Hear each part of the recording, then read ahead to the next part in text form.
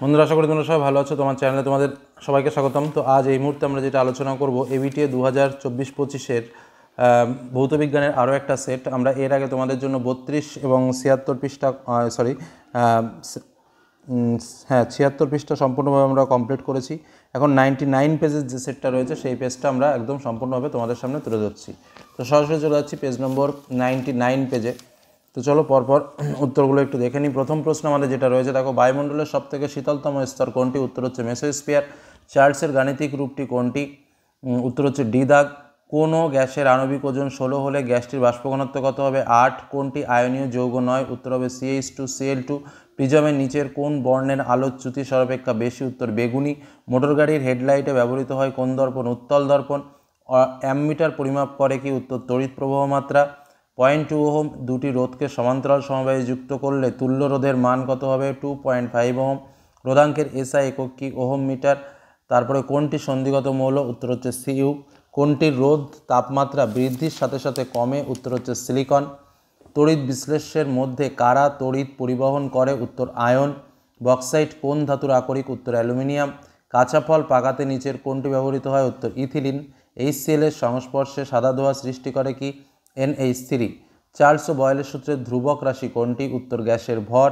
30 centigrade এবং 300 কেলভিনের মধ্যে কোনটি কোনটির উষ্ণতা অধিক? উত্তর 30 সেন্টিগ্রেড 30 ডিগ্রি সেন্টিগ্রেড। দুষ্ট মৌল কাকে বলা হয়? হাইড্রোজেনকে। নিচে বিবৃতিটি সত্য অথবা মিথ্যা লেখো। গ্যাসের চাপকে ভুজ ও পিভিকে কোটি ধরে যে লেখচিত্রে পাওয়া যাবে তার প্রকৃতি পিভি এর অক্ষের সমান্তরাল একটি সরলরেখা। এটা মিথ্যা। পরের প্রশ্ন, মায়োপিয়া রোগে কোন ধরনের লেন্স ব্যবহার করা হয়? উত্তর অবতল লেন্স। আকাশে রামধনুর আলোর রং কোন ধর্মের উদাহরণ? উত্তর বিচ্ছুরণ। একটি অর্ধপরিবাহীর উদাহরণ দাও। উত্তর আর্মেনিয়াম সিলিকন। বাম স্তম্ভের সঙ্গে ডান স্তম্ভ সমযোজী বন্ধনযুক্ত অণু, এটা হচ্ছে H2। জলের তড়িৎ বিশ্লেষণে ব্যবহৃত হয় PT। ক্ষার ধাতু হচ্ছে K এবং নোবেল গ্যাস হচ্ছে Ar। পরবর্তী প্রশ্ন, সূর্যের মধ্যে নিউক্লিয় বিক্রিয়া সংগঠিত হয় কোন নিউক্লিয় বিক্রিয়া সংগঠিত হয়? উত্তর হচ্ছে নিউক্লিয় সংযোজন, ঠিক আছে। আর তেজস্ক্রিয়তার SI একক কি? উত্তর হচ্ছে বেকারেল। শূন্য স্থান পূরণ করো। চিনি জলীয় দ্রবণ তড়িতের ড্যাশ। উত্তর কুপরিবাহী। সমযোজী ত্রিবন্ধনযুক্ত একটি মৌলের উদাহরণ দাও। উত্তর নাইট্রোজেন বা N2।